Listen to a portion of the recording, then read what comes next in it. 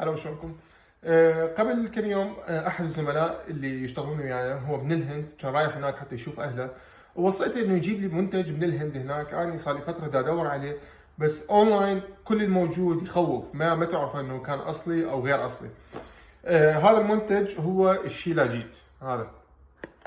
هذا منتج شلون احنا عندنا من السماء. هذا نفس الشيء يعني بالاماكن الجبليه اللي بالهند، بالنيبال، روسيا، منغوليا، هالسوالف هاي ينضح من الصخور.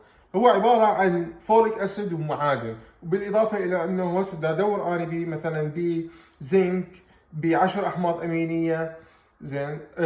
وبهوايه فوائد خصوصا للرجال اللي عمرهم فوق ال 35 سنه. فبما انه اني بعد كم يوم راح اصير 37، قررت اني استخدمه، اجربه، اشوف هو حيفيدني او لا. البارحه اخذته.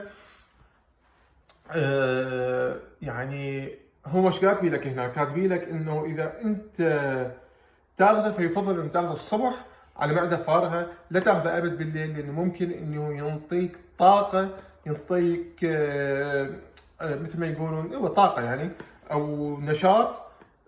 ما يخليك تنام، يسبب عندك قله النوم. بالفعل هذا اللي صار عندي، يعني انا اخذته الصبح. تخيل، اخذته الصبح اول ما قعدت على معده فارغه، وللثلاثة يلا 3 بالليل يلا قدرت انام. اليوم الصبح قعدت نسيت انه اخذ، فهسه الساعة 2:30 راح اخذ نفس الكمية. اشوف بما انه انا عندي شغل راح اتعب بالشغل او لا. ما راح اشرب قهوة، راح اشوف انه هذا المنتج راح يكون له تأثير على طاقتي ونشاطي، ولا السبب كان غير شيء، مثلا القهوة اللي شربتها اثناء اليوم البارح. زين. من فوائده الثانية هي انه يحسن من صحة القلب. طبعا انا داخل من ويكيبيديا. يعزز من وظائف الدماغ.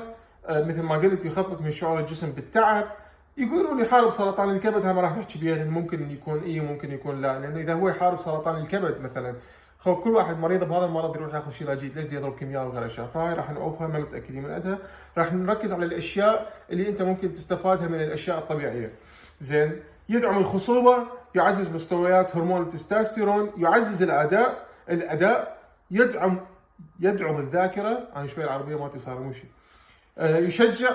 يشجع التمتع بالصحه في مرحله الشيخوخه، يقلل من الضغط العصبي، التهاب المفاصل، اضطرابات الجهاز البولي التناسلي، اضطرابات هضميه. يعني البقيه هاي الاشياء كلها ما راح اقراها، لانه يعني ما اظن لها فد دليل. مفيد كذلك للنساء. زين. يقول لك انه من فوائده انه يشفي العقم، يعني هاي هنا يعني ما راح اعلق عليها. يحسن الدورة الشهرية غير المنتظمة، يوفر القوة، ويحسن اعراض نقص الكالسيوم، يساعد على البقاء في كامل العطاء حتى بعد ساعات طويلة من العمل، يقلل من اعراض الشيخوخة مثل التجاعيد وفقدان الشعر، ويحسن من كثافة العظام، ويقلل من آثار التهاب المفاصل. هاي الفوائد اللي انا بدي اقراها من ويكيبيديا. يعني انت تقدر تدخل على الانترنت ويكيبيديا، بس تكتب فوائد الشيلاجيت راح تشوف نفس الشيء اللي داخلك يعني. انا البارحه اخذته، اول شيء شفته انه هو نطى الطاقه والنشاط والتركيز الزايد. يعني مثل ما قلت لك انا اخذته ساعه تقريبا 9 الصبح، انا 3 بالليل ما نايم. اليوم راح اخذه، راح اشوفكم شلون راح اخذه. اول شيء نفتح المنتج. طبعا هو يجي بهالطريقه، علبه صغيره وياها الملعقه مالتها. من تفتحها تقول الزفت مال الشارع، نفس الشيء بالضبط. ريحته كلش قويه. زين. هذا الداخل مالته اسود. ايش قد لازم تاخذ؟ هاي الملعقه تشوفها على قد هذا الجزء من الملعقه. طبعا هو بسبب طعمه وريحته القويه، الناس شو تسوي؟ تخبطه ويا القهوه. انا البارحه ايش سويت؟ خبطته ويا القهوه، ضاع الطعم. بس اليوم ما راح اشرب قهوه حتى اشوف مثل ما قلنا انه هو دا ينطي الطاقه ولا القهوه. فراح اخلطه ويا المي.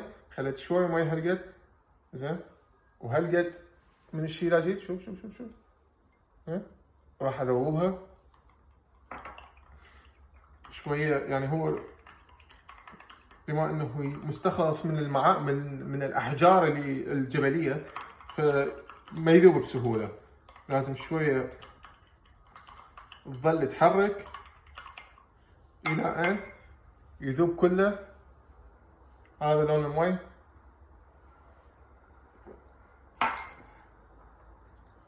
طعمه كلش قوي. وبس هذا كل شيء الفيديو مال اليوم. راح استمر عليه، وان شاء الله تخلص العلبه انطيكم النتائج، اشوف الاشياء الفوائد مالته والاشياء اللي انا ما استفادت من عندها شنو، او الاعراض الجانبيه اللي ممكن تصير من عنده. وما اظن لانه هو شيء طبيعي، فما اظن ان الاعراض الجانبيه حتكون مثلا اللي ياخذ منشطات او غيرها. فاتمنى الفيديو كان مفيد، ونشوفكم باكر فيديو ثاني. في امان الله.